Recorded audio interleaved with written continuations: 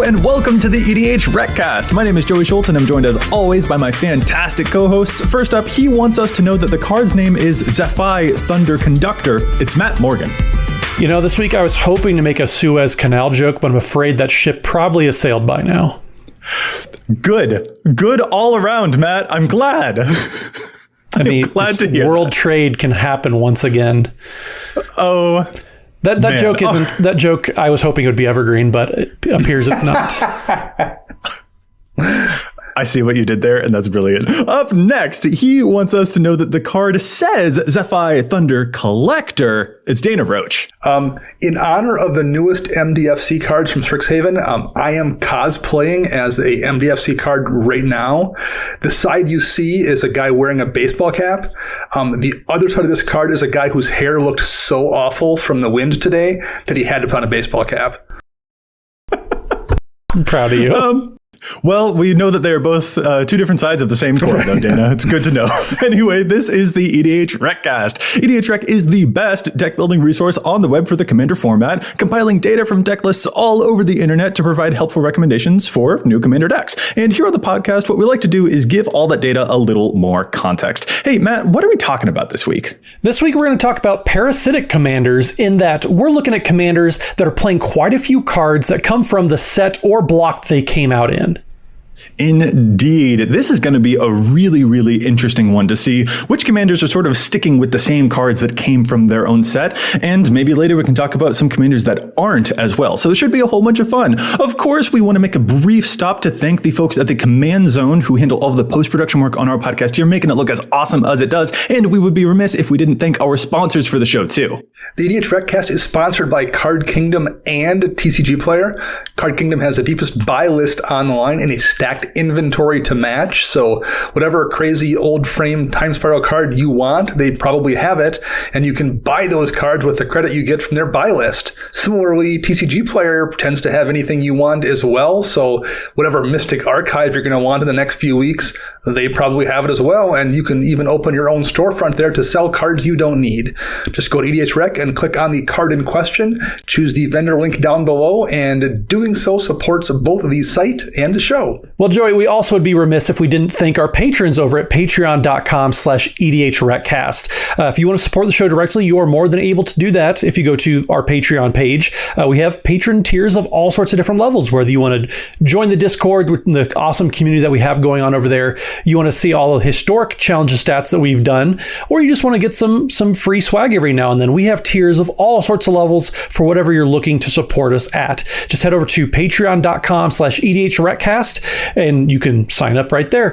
We also have a very special tier where we thank a special patron every week for their patronage. And this week we want to give a huge shout out to John Hartung. So thank you so much, John. We definitely appreciate your patronage and all of your support. Yeah, thank you so much, John. That's awesome. We're also going to be streaming this week on twitch.tv/EDHRECast with Gavin Verhey, but we'll be playing on Thursday instead of the usual Wednesday. So tune in to watch us at 6 o'clock Pacific, 9 o'clock Eastern. Yeah, that will be again on the 15th instead of our usual Wednesday, but it is always a good time. We've got awesome guests on the stream and we're really excited to have Gavin on there too.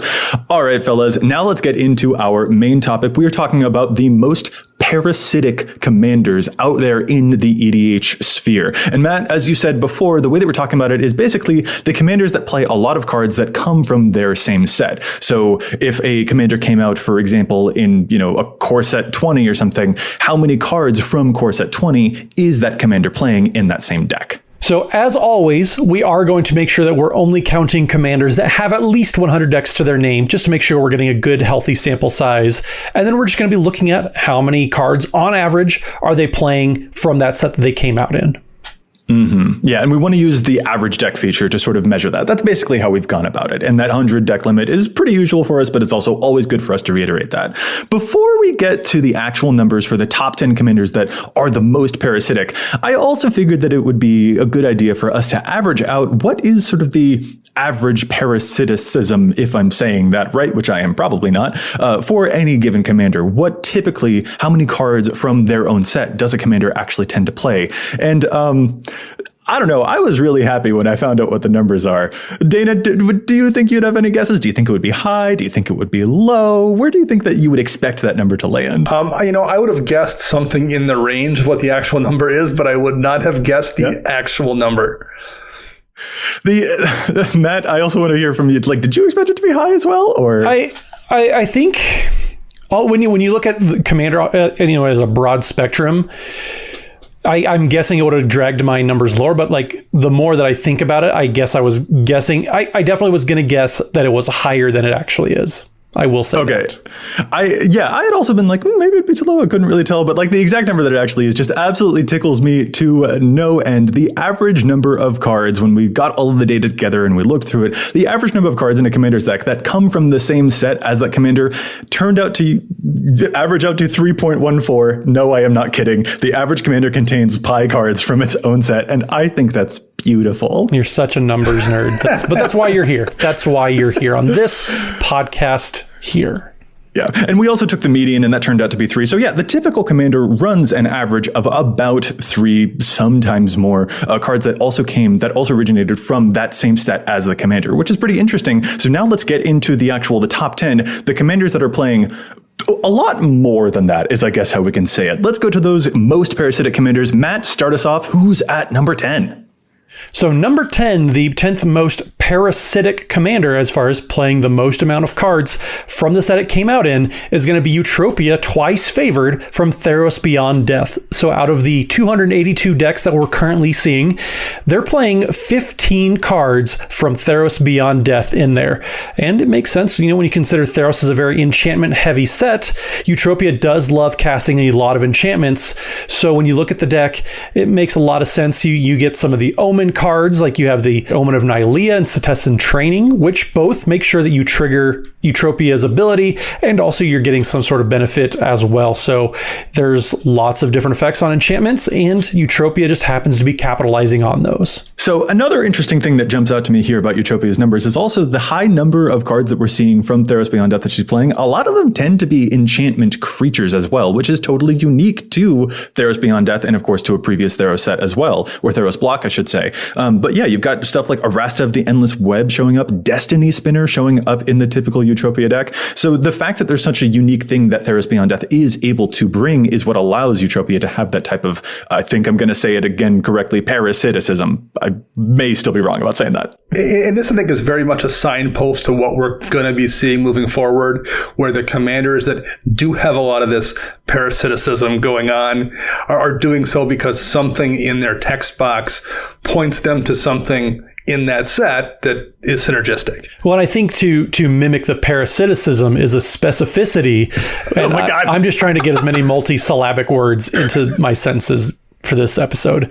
But I was going to say, the parasiticism, like how specific is that commander? Is it doing something very, very specific like Eutropia is, where it's a bunch of enchantment focused stuff in an enchantment focused set? So that's why, and there's a very good reason why Eutropia and these other commanders are so parasitic, because they're doing something fairly specific that got support in the set they came out in. And I think also in only 2 of the colors that you would typically expect to see Enchantress in. Like, we typically associate Enchantress to lean a bit more towards white and green as opposed to just blue and green. But like, this is also a little bit more constrained as a commander, which means it might need to be a bit more constrained in what it's searching for potentially. Up next here at number 9, we have Averna, the Chaos Bloom, which is the 3-color elemental shaman. As you cascade, you may put a land card from among the exiled cards onto the battlefield tapped. So here we have a commander that is doing cascade things that's going to gain extra advantage from any cascade stuff you happen to do. So Averna has a parasitic score of 18, and of those 18 cards, 14 of those say cascade. The rest are land helpers and things that also interface with Averna's ability, but that's primarily what's happening here. There was quite a few cascade things showing up in Commander Legends that synergized very nicely with what Averna was doing right there on the card. Talk about constrained commanders. I feel like this one also has a ton of explanation because frankly, there aren't actually that many cards that say Cascade on them.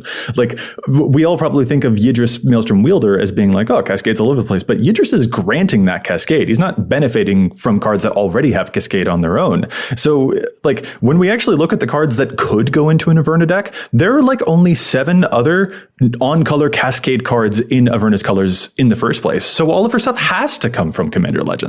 Yeah, I mean, this is a definition, I guess, of kind of a parasitic commander where it does what it does because of the cards in that set.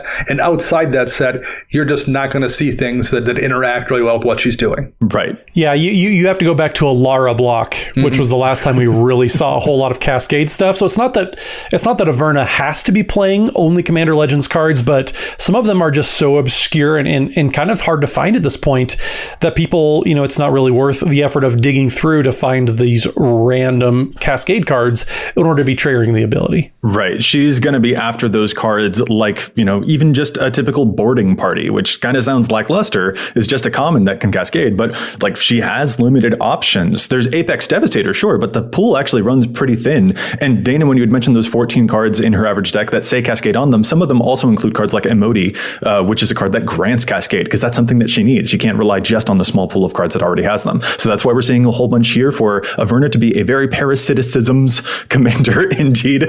I don't know why I've made a chore out of saying that, but these guys are going to give me a bunch of crap about it. So how about we just move on to number 8? We'll let you move on. All right. So let's move now to number 8. This is yet another 3-color commander. It's Agar the Freezing Flame, a very recent one from Kaldheim, who loves giants. Is it giant who likes when your giants or your spells do extra bonus damage to creatures, and it can give you some extra rewards for that. There's only about 124 Agar decks so far, although considering how new this set is, that is still, pretty impressive. And so far from the data, what we're seeing is that Agar is running 18 cards on average that also originated in Kaldheim, which is a pretty high number for this little uncommon guy. But you've got a bunch of those new giants like Quakebringer or Cyclone Summoner that come from Kaldheim to help support this commander. Yeah, giants weren't really a super supported tribe up until recently. So being able just to use some of the most modern design and modernly powerful type of giants, that's what I think Agar's really trying to capitalize on, I should say. You don't want to play hill giants. You want to play giants with a little bit of upside. That way you're getting, Agar's ability. So, yep, I'm not really too surprised to see Agar running a bunch of Kaldheim cards. Well, and there's also the added twist here of Agar being in Izzet colors, and previously giants tended to be in the red and white area. They were predominantly Boros. So if you want to play a commander in Izzet that has access to giants, you basically have to look at Kaldheim, which is the set where we first kind of, for the most part, got blue giants. Yeah, I mean, the only one that I can think of beside that is like Frost Titan, which technically counts, even though we all don't realize that it's a giant, and then also Thrix the Sudden Storm, which also, let's be real, Agar is relying on those kind of a bit too, because of the of the 18 cards that Agar is running that come from Kaldheim, only 6 of them actually turn out to be giants. So it is still relying pretty heavily on a lot of other giants from other sets too. And then it's using a lot of other Kaldheim support system for the giant support cards like Giant's Grasp or Invasion of the Giants that also came from that set. Well, up next at number 7, we have a Depala Pilot Exemplar. 878 decks with a parasitic score of 20. And we're looking at Depala, who's a dwarf pilot who cares about dwarves. So other dwarves you control get +1/+1. And she also boosts vehicles. So right there, once again, we're pointing in a very specific direction. And when you look at Depala's parasitic score, you have 7 cards from that set that are dwarf creature cards, and 8 of them are vehicles. And it makes sense if you were playing in Kaladesh, which was the first set where we actually had the subtype vehicle. So that was where most of your vehicle cards came from. And Matt kind of touched on this when he was talking about Agar at number 7, where creatures traditionally, way back in the beginning of Magic's days, tended to be much weaker than the non-creature type spells. So even though dwarves existed back in the early Magic sets, they weren't particularly good creatures. So when you want to put dwarves in your Depala deck, again, you're kind of relying on the more modern design, as Matt put it, where creatures are stronger than they once were. And that's another set, too, that we just got another round of dwarves, and it looks like we're going to get even more dwarves coming out in Strixhaven. So Dapala's deck, it might actually get a little watered down when it comes to playing a bunch of cards from Kaladesh block, just because there are more new dwarves coming out in the same colors, as which is something that I think it shouldn't be forgotten. There's a lot of just new things. Dapala originally was kind of the first commander really exploring both dwarves and vehicles, and we're getting more of both of those now. So Dapala might actually go down the list the more just modern card design kind of explores those spaces. Compared to like Averna, where we probably will not be getting Cascade cards anytime soon. Probably not getting too many standard Cascade. Right, exactly. So yeah, no, that's a real good point. No, yeah, like we're already kind of experiencing a bit of watering down of Dapala's data, in fact, because she's already kind of reliant on vehicles that have come from subsequent sets after Kaladesh. She's using stuff like Parhelion 2 Electric Boogaloo to support the fact that there weren't a ton of vehicles from her original block. She's got to rely upon stuff like Weatherlight to actually get, enough vehicles in the first place. So she's already being watered down, and you're totally right, Matt. It will do nothing but continue to go down even further, which is interesting to see. So you're telling me that the Aradara Express is not a commander powerhouse quite like the Weatherlight is when it comes to great vehicles you want to be crewing up with various dwarven critters. You know what? I'm sure that something colossal plow is another new vehicle that she's. So yeah, no, your point absolutely stands. All right, let's head now to number 6. This is Gishath Sun's Avatar. Here at number 6 with another parasitic score of 20. 20 cards that Gishath is playing in the average deck also come from the same set as Gishath. And of those 20, 16 of them are creature cards. 6 of them happen to be humans of those 16, and then 10 happen to be dinos. So there's a lot of dinos coming from Ixalan that Gishath is really, really excited to cheat into play. Your Bellowing Aegisaurs, your Burning Suns avatars, etc. Yeah, this is another example of where the creature type wasn't prominent in Magic until that set that we actually got Gishath. There were a few dinosaurs, and then we went back and retroactively made some creatures that looked like dinosaurs into dinosaurs, but predominantly dinosaurs first appeared in Magic in the Ixalan block. And again, talking about modern card design, they were much better than a lot of the older ones. Well, and two, we need to remember, Ixalan had 2 sets. You had Rivals of Ixalan as well, which had a few more dinosaurs, and that does take away from Gishath's numbers just a little bit. I don't think it's going to matter too much since, dinosaurs, you're looking at like 3 sets total worth of cards. So Gishath is going to be pretty specific unless we revisit Ixalan, I would say. That's actually, Matt, that's such a key point here. Frankly, I'm surprised that Gishath is as high as it is, considering that the data is actually broken up between Ixalan and Rivals of Ixalan. Like, there's also a lot happening from the same block that could have, if we counted both of those as one set, that would possibly have pumped Gishath all the way up to like the top 3 instead of just being here at number 6. But like the fact that it's divided and is still showing up in this top 10, I think that's really, really huge. There was another legendary dinosaur that came out in Rivals of Ixalan, which kind of took a lot of the spotlight. So I think the people that built Gishath, they probably focused in on that set, and then if they were using more Rivals of Ixalan cards, they probably used the other legendary Naya dinosaur. Gotcha. No, that totally makes sense. But yeah, Gishath has a lot of dinos, and those do tend to be mostly concentrated within this one block. So even though the data is divided,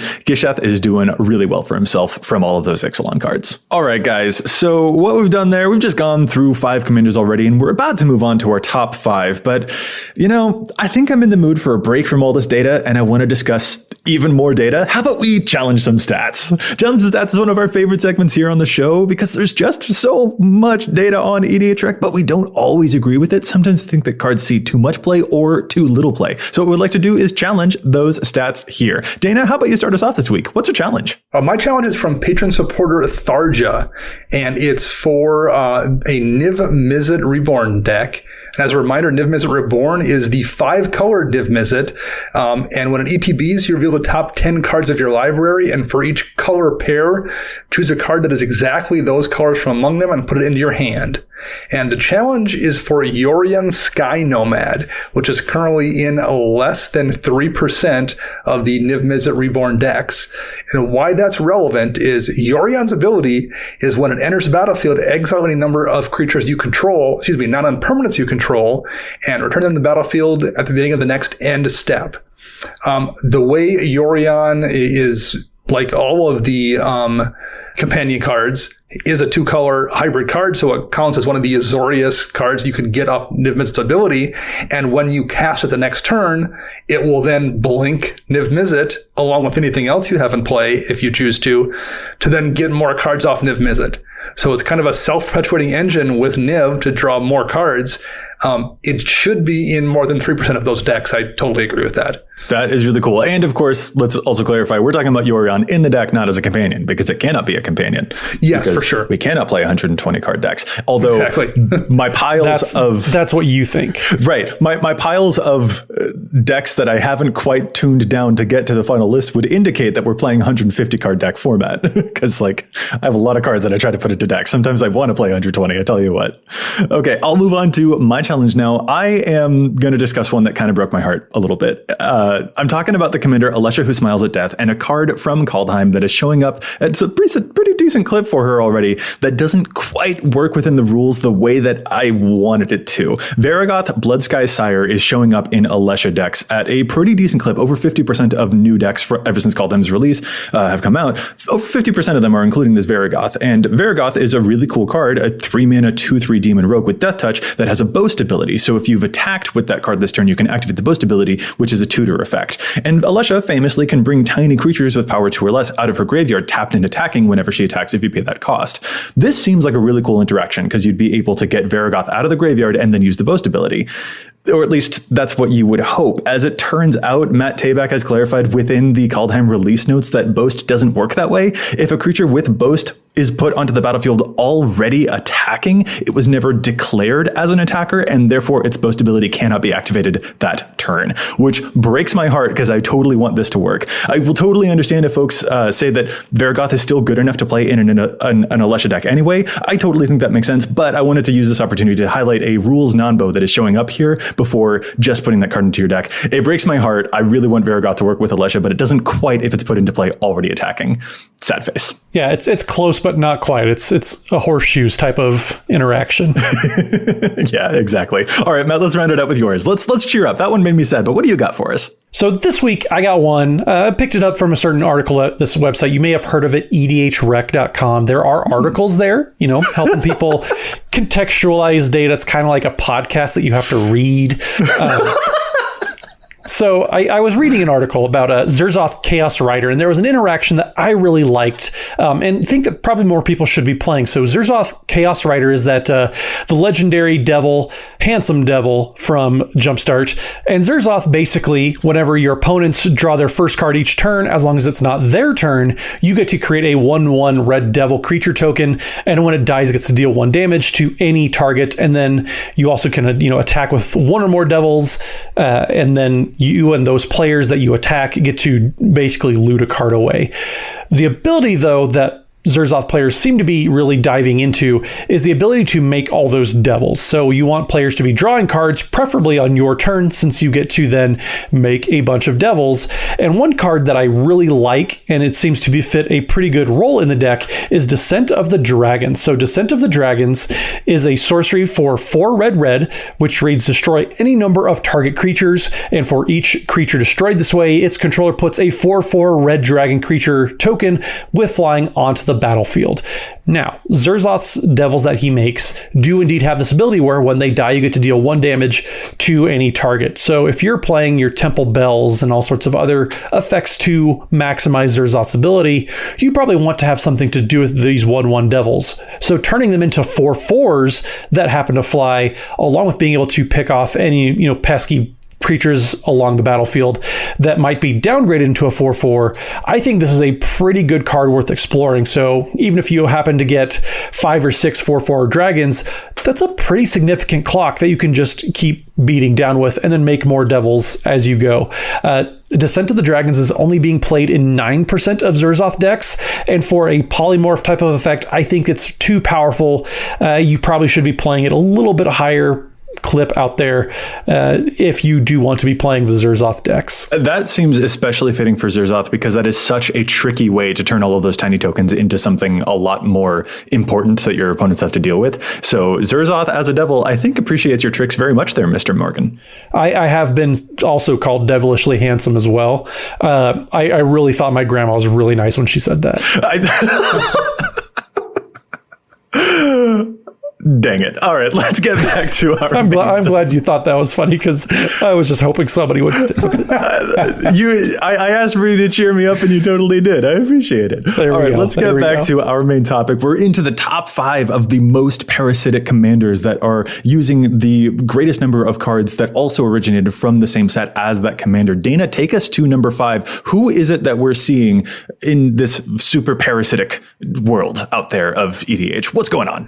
And number 5 is Tazri, Beacon of Unity, which is the new Tazri from the most recent Zendikar Rising set. 384 decks with a parasitic score of 22. And this is a Tazri that costs 1 less for each creature in your party.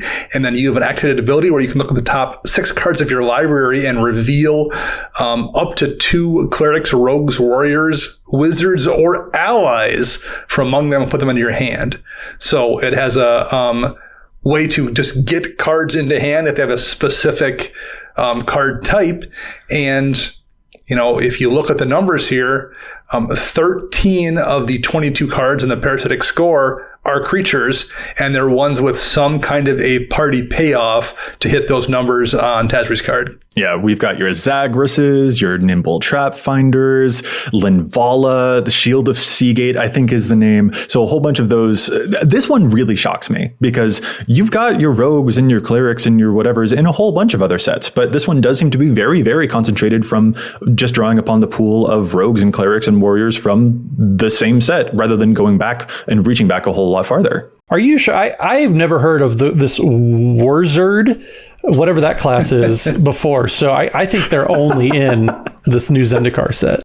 Yeah, what I think might matter a little bit here is some of those are kind of double dipping. So you'll have a wizard ally. So some of those party types, like you may have wizards back from Magic history, but we don't have allies. So having one that has both types that allow you to kind of hit different angles depending on what you need on her requirements might be why you see a few more from that specific set. Yeah, this strikes me as potentially another commander that could possibly get watered down over time as well, because there will always be new rogues. There will always be new... Well, maybe there won't be new Warzords, but there might be new wizards that come out. So this is the type of score that could eventually sort of get a little bit lower over time as well, just as new things of this not entirely niche thing do eventually come out. All right, let's head to number 4. Matt, do you want to take us back to Ixalan? So we're going back to Ixalan in kind of a similar situation to a commander we talked about a little bit ago. But this commander here is Admiral Beckett Brass, which is 1 in Grixis colors, which is a blue, black, and a red. Gives all your pirates +1/+1. And then basically, whenever you hit an opponent with 3 or more pirates in combat, you get to steal one of their permanents. Pretty potent. We're looking at a parasitic score on the 1,400 or so decks for Admiral Beckett Brass. We're seeing a score of 23 cards being played from Ixalan. Now, pirates were originally kind of like dinosaurs, really finally featured in Ixalan. So being a tribal commander with a very, very limited card pool, Admiral Beckett Brass was kind of forced to be a very, very, very parasitic commander just out of necessity. Oh, yeah. But I feel like this is one where the plot totally thickens. Like the data on this one really, really got me, because of those 23 cards that are just coming from Ixalan, only 9 of them are actually pirates. So she's playing, and Beckett Brass is playing an average of 31 creatures. So a lot of those pirates are coming from other places, such as rivals of Ixalan. So, there is a data divide there. Even despite that, Admiral Beckett Brass is showing up so high at number 4 already. But then we've also got a ton of other pirates to contend with from Commander Legends, which completely reinvigorated this commander. Well, and Matt talked about how this was similar to the Gishat situation where we also got some old cards rebadged as pirates. However, I think in the Gishat case, they were taking kind of big stompy creatures that looked like dinosaurs and changed those into dinosaur creature types. And, creatures were maybe worse back then, but big stompy creatures are big stompy creatures, and those tended to play okay in that deck. In the case of pirates, when they went back and changed something into a pirate, it was just a guy with a headband. And that tends to be much less impressive in terms of how powerful that creature is for your deck. So by and large, the good pirates that show up in the Beckett Brass deck are ones that were brand new to the to pirate-dom, I guess you would say. Yeah, that totally makes sense. But like I said, only 9 of those 23 for Beckett Brass are actual pirate creatures themselves, which means a lot of the support that she's getting from her original set comes in the form of spells or just non-creature cards in general. Your Fel flagships, for instance, or just thematic cards like Pirate's Prize is another spell. A lot of treasure making stuff, your Treasure Map or your Prying Blade, all of those types of support cards are showing up for Beckett Brass, even kind of outnumbering the actual pirates that come from OG Ixalan. But if we had counted Ixalan and Rivals of Ixalan as one set, I really think that Beckett Brass might have launched to like the number 1 spot because there's just so much happening that was originated by that first set. Yeah, I definitely think if we weren't looking at the split focus situation with 2 sets there as well, both with pirates, that would also make a huge difference. Ooh, you just said an interesting word there, Dana. Split. I feel like that has something to do with the next commander on our list. Something about splitting. Remind me a bit about that. What's at number 3?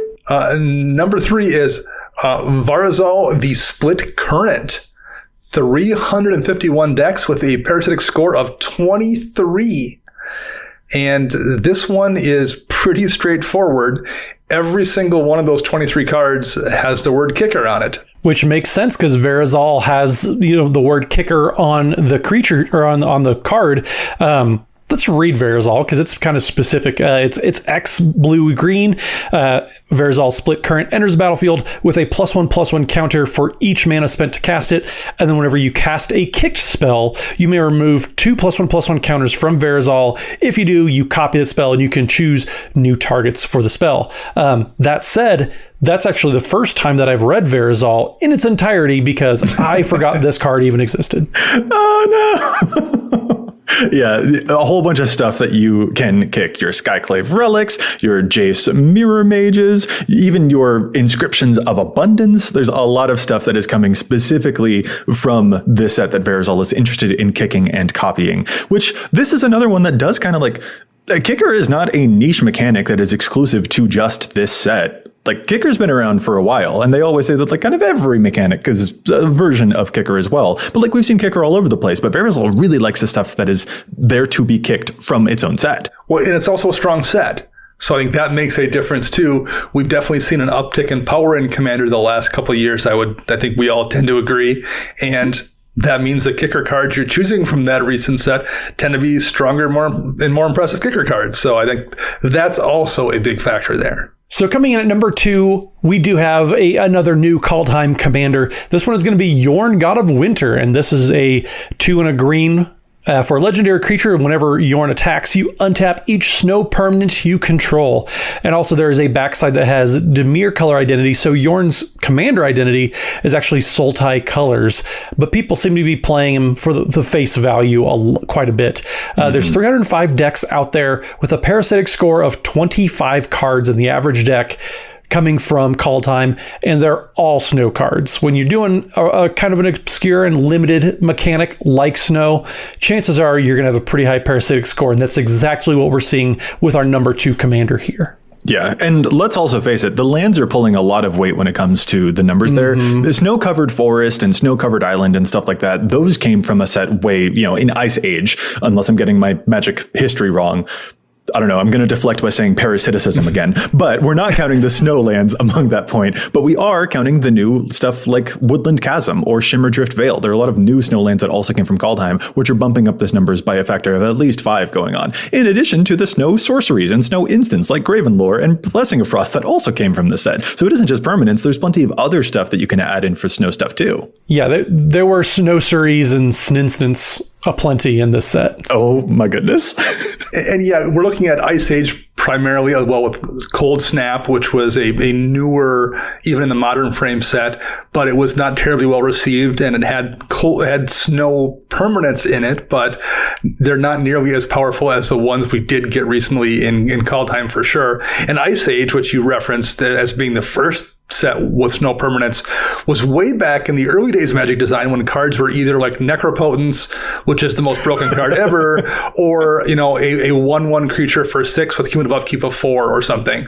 Like, design was all over the place back then, so people who want consistent, strong snow stuff for that deck are going to look to Kaldheim. So, all right, we've gone all the way up to the number 1 spot. We've seen the previous 9. Let's get to the most parasitic commander, or spoiler alert, commanders, because we did actually kind of cheat when it comes to our number 1 spot, because there's a lot of stuff from Ikoria that fits into this category. Coming in at number 1 collectively, we are honoring Jegantha the Wellspring, Eluna, Apex of Wishes, Brokos, Apex of Forever, and Snapdax, Apex of the Hunt. These all each have different parasitic scores. Snapdax has a parasitic score of 18, for instance. Eluna has one of 23. Brokos has a parasitic score of about 20 cards. Jegantha, though, that has a you love me. I'm sorry I can't say it. Parasitic. A parasitic score of 32. That's what I was trying to say. So Jegantha does technically take the number 1 spot, but we wanted to put all of the mutants here because that is what is happening here. Every one of these commanders is running so many mutants, which only come from the Ikoria set, that it is just totally dominating. This set is by far one of the most parasitic sets because of what these commanders are doing with all of those mutant cards. And that's not surprising at all. We've said several times that whenever you talk about an Ikoria legendary creature, you're pretty limited to just Ikoria, because that's where most of the cards that support that specific legend are going to be coming from, especially when you talk about Brokos, Apex of Forever, and then Alunia, Apex of Wishes. Mm-hmm. Yeah, and it's also a mechanic that was well represented in that set. This isn't like something like Meld from back in Eldritch Moon, where there's only like half a dozen cards with a mechanic on it. If you wanted to play Mutate, there were plenty of options in the set for you to find Mutate cards. And that is especially probably why like Jegantha has become kind of the herald of all of them. It isn't the most popular mutate commander out there. I think Otrimi possibly still has that number 1 slot, but Jegantha being 5 colors does open up the doors to be playing even more mutants. So even if Jegantha isn't the most popular in terms of number of decks, it is still playing way more mutants because it has a 5-color color identity. Yeah, every one of these commanders, Eluna, Snapdax, Brokos, and Jegantha, is just a whole bunch of mutants. Like Jegantha is running an average of 22 mutants in its deck. And then also it's supported by the fact that this set also had triomes and ultimatums. So when we look at the rest of those commanders like Eluna, another thing that's bumping up its numbers there is a triome and also an ultimatum in its colors and its own mythos card. And the same is true for Snapdax. It is also supported by its triome and the ruinous ultimatum that fits into those colors and the mythos card for Snapdax. So each one of these is being supported in some pretty funny ways because of what Ikoria's got going on. Well, and not only are they being supported, but like the Mythos cards, for example, they really do back up what the commander is trying to do itself. Mm-hmm. So they just naturally have an automatic just +1 when you think about playing any of those 3-color legends from Ikoria. Yeah. So, okay, we just went through that top 10. That was a whole lot of data. And now I'm kind of curious to hear from you guys after looking over those things, what we saw from Gishath to Beckett Bress, but also to Averna and all the way back to Eutropia. When we look over this top 10, populated as it was by certain sets, I don't know, are there any commonalities that you noticed? Dana, I'll let you take the floor. Are there specific trends that you saw among the commanders here that are, quote unquote, the most parasitic? So obviously we're looking at things that oftentimes are focused on a specific tribe that isn't represented elsewhere, or a specific mechanic that isn't always represented elsewhere in sets. I think maybe the most important thing to note here, or one of the more important ones, is these are also mechanics that tend to not get represented elsewhere in something that doesn't use those keywords. So for example, Landfall is a very popular mechanic, and it only has shown up in our 3 different trips to Zendikar, but there's no creatures on here from Zendikar that are parasitic towards the landfall mechanic from those sets, in part because creatures caring about lands coming into play or caring about lands in general show up all over the place. There's plenty of cards from actual like core sets that effectively have landfall but don't actually say landfall on the card. Whereas Mutate, for example, as a counterpoint, there's just nothing else that does that. Like there's no workaround kind of to put a Mutate card into your deck. It just needs to have Mutate. So I think that's the other point here. We're not just looking at really specific mechanics and tribes, but we're looking at things that can't get represented or replicated with something similar. Yeah, I agree with Dana. How specific a commander is and how limited its card pool that it's pulling from to do anything on theme, that's going to severely impact how parasitic a commander is. If we had an energy commander for all the energy cards that we saw in Kaladesh, hint, hint, cough, cough, wizards, I think it would also be one of those very high, parasitic score type of commanders because it only has really one block to pull from. So of course you're going to use all of those energy related cards. I think we're seeing a lot of that. But then when you look at, the more open-ended commanders, that's when they start to pull from dang near anything. If you look at some of the top commanders of all time, for example, they're probably not playing very much, if anything, from their own sets that they came out in because they're just generically powerful. They don't really need to be playing a bunch of cards from that set they came out in. Well, Matt, it's funny that you should mention that because I actually did a little bit of extra digging to see some of the very famous, super popular commanders out there and what their parasiticism score would be. I hope I said that right. Yes. I see that you also have seen the show notes that we are working from on this episode. Parasiticism. Yes. So let's go to some of those super famous commanders. I've got data here for Golos, Tireless Pilgrim, which is like the #1 commander right now. It's so popular. I also pulled up some stuff for Atraxa, Praetor's Voice as well, and Muldrotha and Kenrith. Each one of those has a really low parasiticism score. I don't know why I'm so addicted to saying that word. I'm sorry. Golos is only running one other card that also came out from its same set, and that card happens to be Field of the Dead because Golos really, really likes lands. And then Muldrotha is only playing like 2 cards that came from its set, Dominaria. It's only playing Tatiova and the Eldest Reborn, which also originated from Dominaria. Each one of these only has a parasiticism score of 2 or of 1. Like, you're right, Matt. These are so powerful that they don't need to stick to their own set because there's so much else that they can grab for instead. Well, and those are even kind of accidental parasiticism scores. Like, there's no necessary connection between Field of the Dead or Golos. It just so happens that that is a good card, and it just so happens it was in the same set as Golos. You really see it in Kenrith, where Arcane Signet is one of the 2 cards that are parasitic.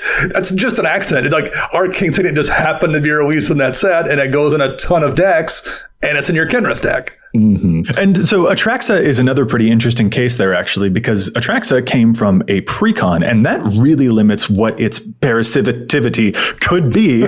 And so Atraxa also only has a parasitic score of 2, which the cards that Atraxa is playing that came from its own original precon were Crystalline Crawler and Deep Glow Skate. But to be clear, we're talking about the entire precon set there, not just its own original precon. So it is still just those 2 cards that show up. And I think the fact that that is a precon commander really affects what it could be parasitic with in the first place.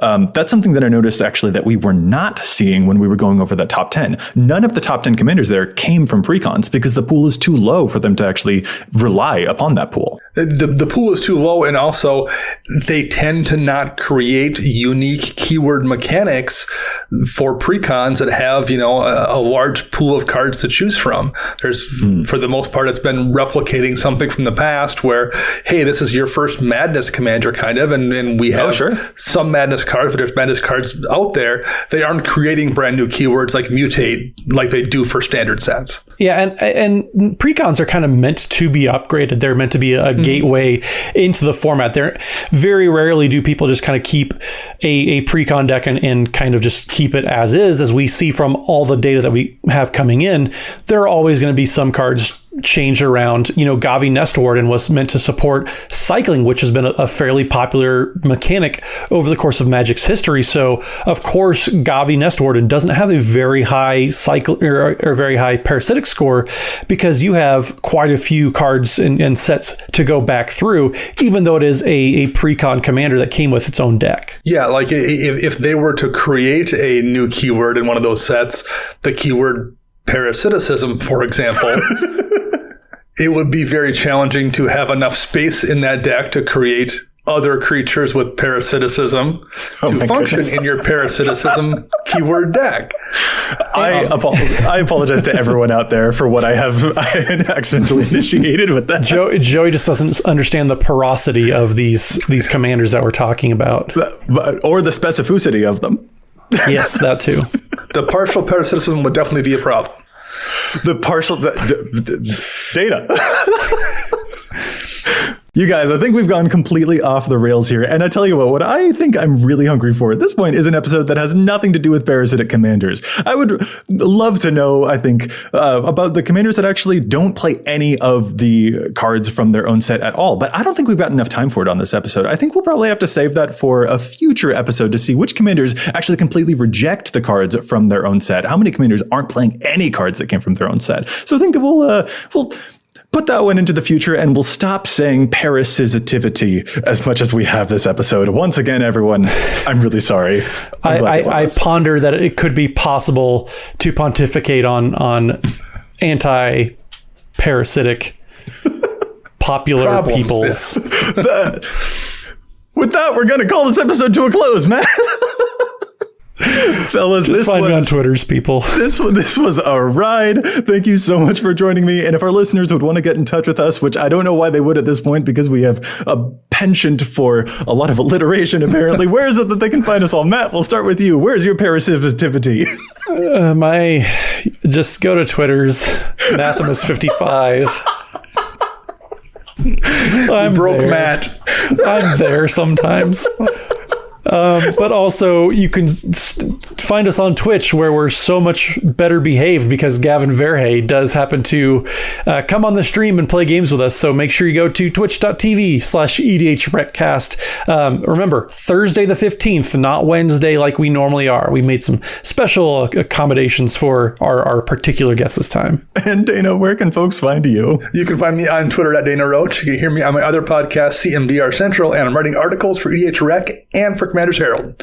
You can also find all of us at patreon.com/EDHRECast. And I'm Joey Schultz. You can find me laughing to myself way too much at Joseph M. Schultz on Twitter. And you can find the cast at EDHRECast on both Facebook and on Twitter. Plus, if you have a question, you can contact us at EDHRECast@gmail.com. Our thanks go out once again to the whole team at the Command Zone who handled the post-production work on this podcast and put up with us. Thank you guys seriously so much. And of course, our thanks to our sponsors. They are TCG Player and CardKingdom.com. You can find them using the price info links on EDHREC, or you can visit CardKingdom.com/EDHREC to show your support for the show. Listeners, we will be back at you next week with more data and insights. But until then, remember, EDHREC your deck before you wreck your deck.